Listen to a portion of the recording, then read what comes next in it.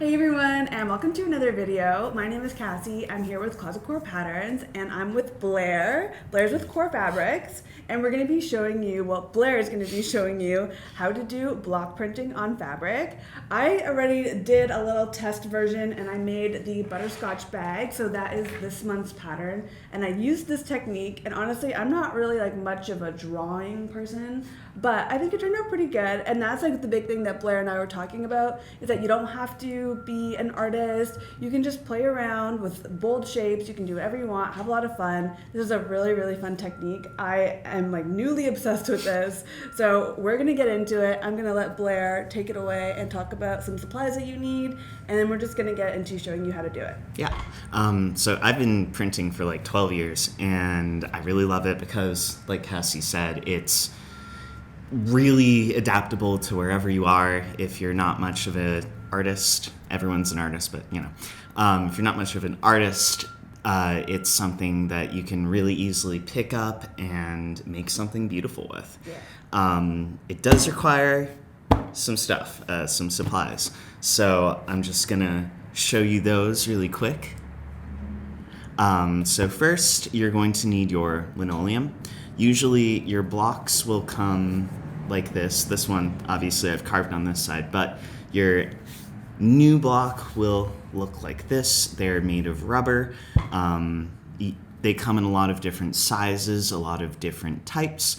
The one that we're going to be using today are these little guys that are made of fairly soft rubber, which means that they're easy to carve. The harder the rubber is, the more durable it'll be, so the longer you can use it. But if you're just starting out, something like this would be fine. You can also use like a pink eraser or even a potato if you cut it in half and just use that surface. You will also need a brayer. A brayer, which is this roller. These come in different widths and also different hardnesses. This one's fairly soft. This is what you'll be using to spread the ink onto the surface of your block. You will also need a block printing gauge, chisel. I don't know what you would call it, a knife. These come in a bunch of different sizes and shapes as well, and usually have handles that are interchangeable. You can also find ones that look like this, where the handles are not interchangeable. But the most important thing is you want to find a small one like this, which is going to be good for tiny details, as well as a bigger one like this, which is good for large areas that you want to gouge out. So you'll need those, and then you will also need ink. We have two different kinds here. This one is a water-based, specifically for fabric block printing ink. This one is also water-based, but is a more general one. You can use this, you can use both of these on paper if that's what you want. We're going to be using them, obviously, on fabric today. It's very important for the sake of cleanup and also environmental friendliness to get water-based inks, because oil-based are really hard to clean up. They're a pain in the butt, and they're also pretty bad for the environment at large. So if you can find water-based, go with that. And then one other thing that you're gonna need is what's called a baron, which is just a fancy word for something that you use to press over the top of your block when you're printing. So I have this one, which is made out of bamboo and cardboard. It's pretty simple. Whoop, and I just threw it off the side of the table. You can also use the bottom of like a heavy glass. We have this wine glass here, and that's perfect just to press down on your plate when you're printing. If you have a home printing press, you can also use that, but I feel like if you have one of those, you're not gonna really need to watch this tutorial. So that's pretty much everything. Yeah, I mean, not too challenging, pretty straightforward. Not a lot of supplies, which is nice when you're learning a new hobby. And then you also want to make sure that you prepare your fabric. So something that you would do just before you're sewing in general is to wash your fabric, dry it how you would normally dry it. That's what you're going to be doing. And you would likely want to give it a nice press, just so it's a nice flat surface. It's easier. You know, all the same things apply when you're sewing. Nothing too different there. Yeah. Cool.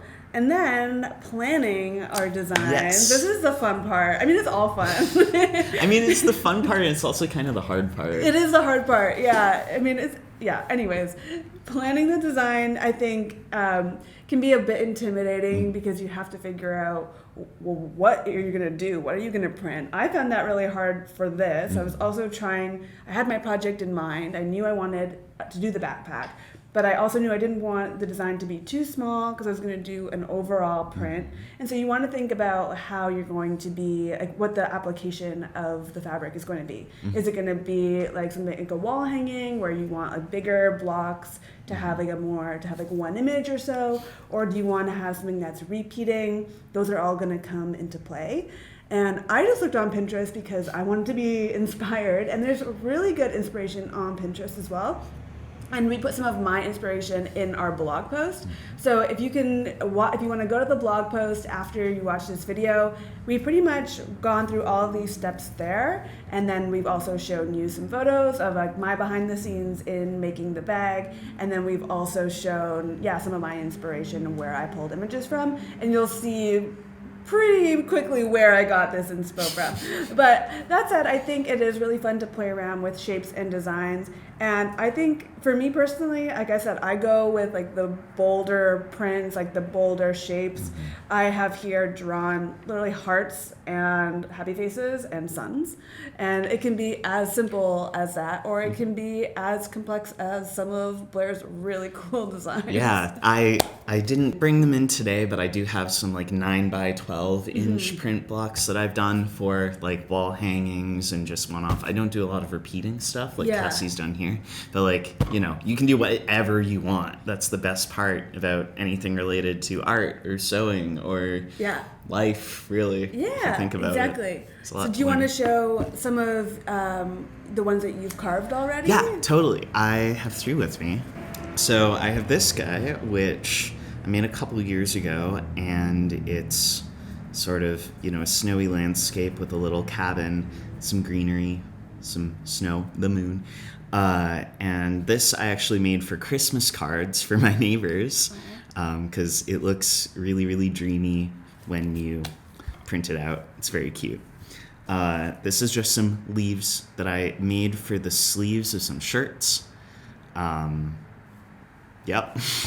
And this is a cat face, which I will print this actually later, just to show you guys how something that looks a little iffy before you print it can actually be really cute. So. Cool. And then we'll show how to take your design and put it onto the block. Yes. Using a very simple method. Yes. So, you can either just draw directly onto your little block, or if you want, what me and Cassie have done, we've drawn up some little designs, and I think I'm going to go with this bunny on the top. So basically, you take your block, you take your design, and then in the same vein that you would do this to a rubber eraser, because I remember doing this a lot when I was in school, you rub the two together firmly, and there it is. Oh. Amazing. That's so cute. Thank you. I think it's very cute too. Yeah. So, that takes a lot of the work out of it. And plus, while you can erase stuff that you've put onto your block, it's a lot easier to erase on paper. So. Yeah, great. So, I've got my little heart here. I just drew it directly onto the block. You don't need to, but we are now going to just quickly carve out our designs. And then from there, we're going to be putting the paint down, and we're going to roll them up and print, and it's going to be a great time. So we're going to get into that now. Blair, you're going to be carving out your bunny. Yep. And I'm going to be carving out my heart.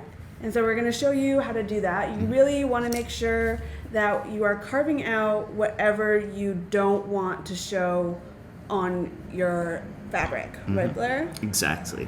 And this is also really important to note, because I know I've messed it up about 6 million times, but anything that you print is going to be reversed in your final print. So if you have text, you need to be carving it backwards. Yeah, in order to make sure that you're going to do everything backwards. Handily enough, if you write something regular style on your paper and transfer it onto your block, it will show up backwards. So that's a pretty foolproof method of making sure that you don't make the classic mistake. Yeah. So I'm going to get to carving. I guess both of us are going to get to carving. Yeah. Yay. When you're doing this, also, it's pretty easy to hurt yourself, so make sure. I can confirm. Oh, no. Nothing too dangerous. Okay, good. Oh, no. Just make sure that you follow the old Girl Guide / Boy Scout wisdom of never cut towards yourself. Always rotate your block instead of accidentally. That's a good point. Rotating the block. You'd be surprised, like once you really get into it, you kind of forget that you're made of squishy bits.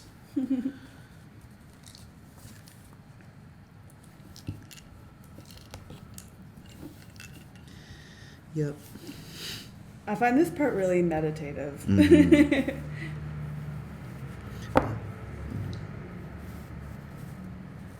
Yeah.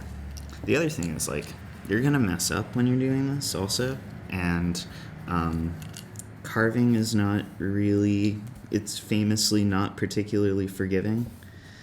So it's always kind of a good idea to, I don't know, have an escape plan in case you mess up a little bit, or practice some radical acceptance. Yeah, I think that is. Maybe that's the meditative thing. I was saying that, one thing that I realized as I was doing this is that you really have to let go of perfectionism with this sort of activity, because otherwise you're just going to get really hung up on all the little things, and there are a lot of little things. And I think it's more fun and more charming as well when the finished product shows its little bumps and bruises and little mistakes and quirks, because it is not made by machines, it is made by hand. Exactly. And that's the coolest part.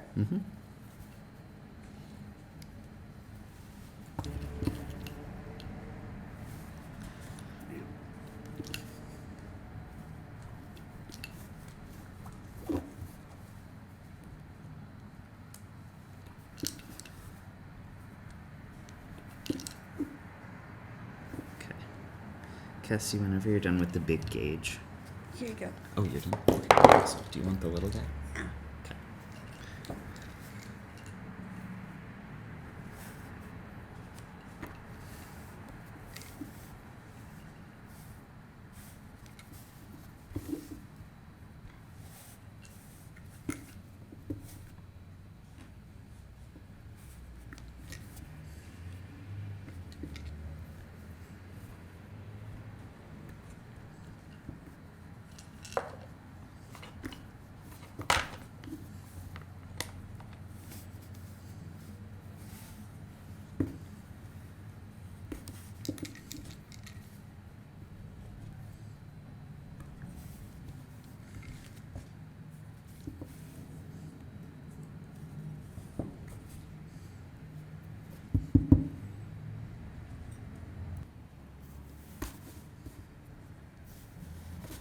And then we could show mine because it has that cool Yeah.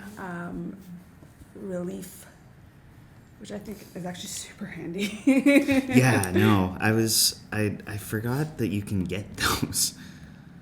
Cool. So I have Cassie and I's finished blocks. Cassie's lovely heart, my little bunny. Cassie was using a cool, you can find these blocks as well that have like a layer of one color that goes into a layer of a different color, so you can really easily see how your finished design is going to look when you actually print it, which is pretty handy. It's super handy. Mine did not have that, so you kind of have to trust your judgment until the moment of truth. Yeah. And what's nice is that once you put the paint on as well, or you put the ink on, you'll be able to see what is going to be captured when you print it, so you can use that time to carve away a little bit extra. You'll see what we mean in a second, because I'm sure, maybe not as much with mine, I'm sure there'll be a little bit, but once we put the ink on, anywhere that maybe needs to be carved down a little bit will show, because there will be ink on it. Yeah, exactly. Pretty simple. All right, Blair, Cool. take it away. Shall we? All right, so I'm thinking I'm going to use purple for my little bunny. That's cute. And I'm just printing on, this is some of our Oxford cotton at Core Fabrics. Exactly. I used canvas for my backpack. Yeah, I'm not making a backpack with this. No. So. I mean, I could. It'd be an interesting backpack. So I'm just going to squish out some of this ink. And it comes out kind of gross. Or it comes out a little gross, but that's okay. Because what you're going to do is then you're going to take your brayer, your roller. They give these things too similar of names, and it becomes very confusing. And you're going to roll it out in sort of a little cross formation. And you're doing this to not just, these little chunks in this is old ink, my bad. You're doing this not just to spread it out, but also to get an even layer of ink on your roller.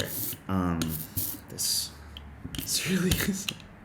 This is old ink, which is why there's little chunks in it. Yours will not have chunks, unless you're also using old ink, in which case, get some newer ink, please. I have no excuse.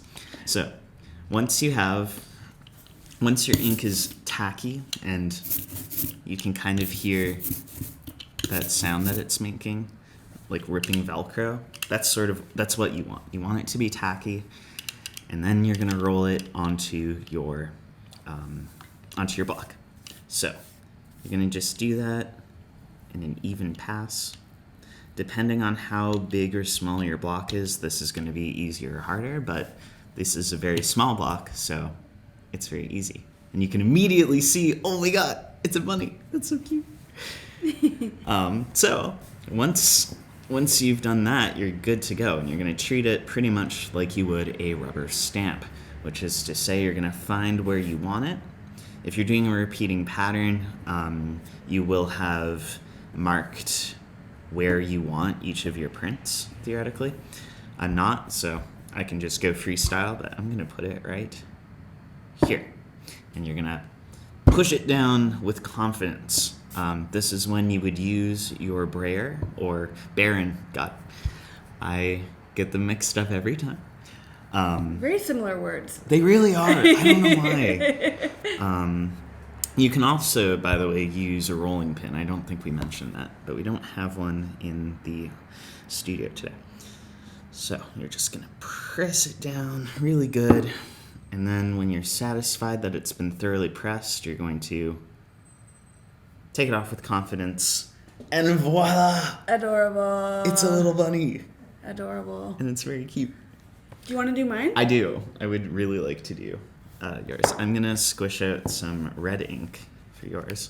And You can mix ink, actually, and it'll come out interestingly.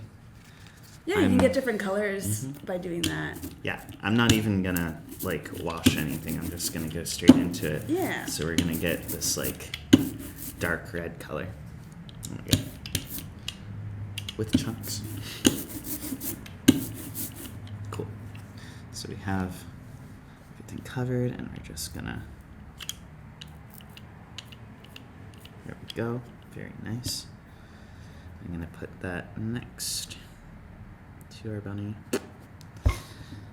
And press. I'm not even gonna use the Baron this time because these are small enough that I can just do it by hand pressure. And Cool. Well, that turned out pretty good. yeah, it looks really nice. Cool. And I'll do the cat as well, just to Yeah, definitely do the cat. It's really worth seeing. yeah, because this one is a good illustration of. I think I mentioned it before. How you can't when you're carving, you're like, oh, I don't know if this is gonna work. This is a little iffy. But it works. And then it does work.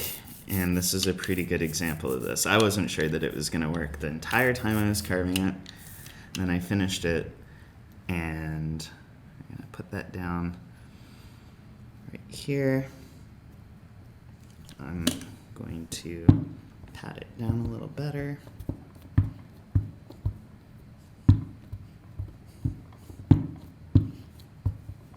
All right. And voila. It looks so cool. I love that design. Thank you. Yeah, that's really cute.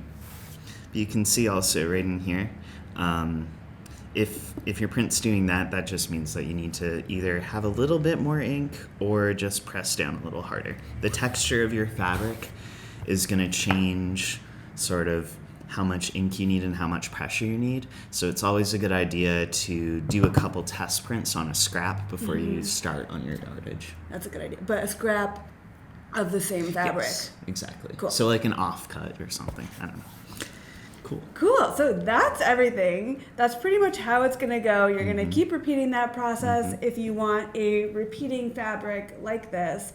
I will say one thing that I didn't do that I think would be very helpful is, as Blare mentioned, create some sort of grid on your fabric if you're going to do a repeat. I didn't. It turned out fine. I really like how it worked out. I did go in after and fill in a few gaps with the stamp again, just to fill it in where there was some empty space. But if you do it a continuous print using a grid, you can use painter's tape. I think is pretty good. Chalk, yeah, anything that's gonna wash out. That's a good bet, but it's a lot of fun. I learned this and I became immediately, as I've been telling everyone, I'm like, this is all I want to do now. It's super fun. I think you'll really like it. And is there anything else you want to add, Blare? I think my only, right. I just want to mention caring for your fabric after you've printed it. Most of the time you can find out what you need to do to either seal the ink or keep it like nice. Just on the back of your ink, there will be instructions, but most of them, what they have in common is you don't want to launder it for at least a week after you print it. These things take some time to dry and cure, and then a lot of them also ask you to press it, iron it, afterwards with a pressing cloth just to really seal the ink in. But it's always best to check the instructions beforehand. Okay. Right. It's always best to check the manufacturer's instructions beforehand just to make sure that you don't accidentally put your garment in the dryer and then have it come out and have your design be completely ruined. That would be tragic. I know. I would cry. I would cry too. It's heartbreaking. Also, if the idea of printing on yardage is a little bit intimidating or seems like too big of a project for you, you can also print on already existing garments. I myself have printed on a lot of t-shirts. Yeah, that's cool. Yeah. It's really fun, and then you get the same sort of sewist's bragging energy, I guess, about going out somewhere with your cool printed shirt and having someone go, "Where did you get that?" Thanks, I made it. Exactly. It's the best. I think that is honestly the reason why I took up sewing as well, because I was already getting to do that from the printing stuff, and then it was like, wait a second, I can do this more? It's a very satisfying energy. Is. Yeah. So that's everything. Thank you so much for being here. Blair, thank you so much for teaching me how to do this and introducing me to maybe my new favorite hobby. I don't know. But I love it. As I mentioned, this is the butterscotch bag. That's the pattern for this month. You can also read the tutorial that we have in our blog post if you want a more condensed version of this video, and also just everything that we talked about sort of in steps. I think it's really clear and cohesive. If you have any comments or any thoughts, please let us know in the comments, and we'll see you next time. Bye. Bye.